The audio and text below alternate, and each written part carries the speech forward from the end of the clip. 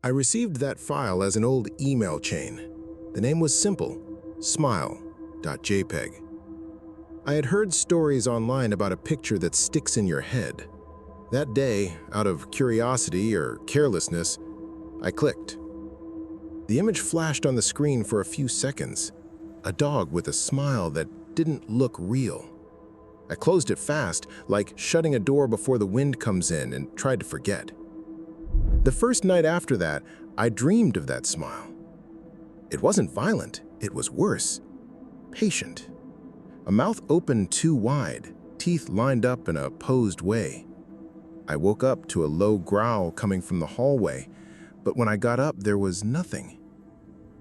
I remembered a line I'd read on a forum: "If you see it, don't share it." I laughed nervously and went back to bed. When I closed my eyes again, the smile was burned into the dark like a delayed flash. It felt like I had spots in my vision. My dog started acting strange on the third day. He stared at me like he was waiting for an answer, but I had no question. His tail stopped wagging, his mouth stayed slightly open, showing a bit of tooth even when he was quiet. I turned on the laptop webcam and left it recording, like the camera could prove I was overreacting. I wanted some proof in case it got worse. At night, he stood in front of the living room wall, motionless. The bark was a long, low thread, almost a deep whistle. His body seemed stiff, neck extended as if he heard a low call I couldn't reach. When I went closer, he turned his head slowly and showed his teeth, not like a threat, but like he was posing for the lens. That image reminded me of the photo I had opened. The next day, I took a picture with my phone. On the screen, his mouth looked bigger than in real life. The smile had angles that didn't make sense. The corners stretched too far. I zoomed in and saw a strange shine in the back of his eye, like a monitor reflection. I closed the gallery with a light queasiness. Looking at the photo gave me the same unease I felt when I saw that file. I deleted the image, but it came back in the backup, as if nothing had been removed. As the days went by, he stopped answering my calls. He would sit in front of the door, still, teeth always showing in a polite sort of smile. Sometimes I heard footsteps outside and he would lift his ears, but he didn't bark.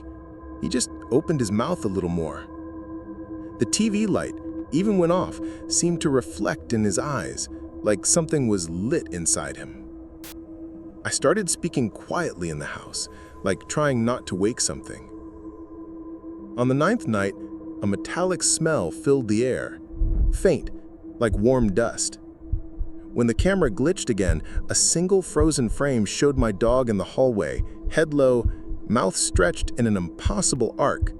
The skin around it looked too smooth, almost polished. I hit pause right there. My chest tightened, like when you realize you've passed the point of turning back.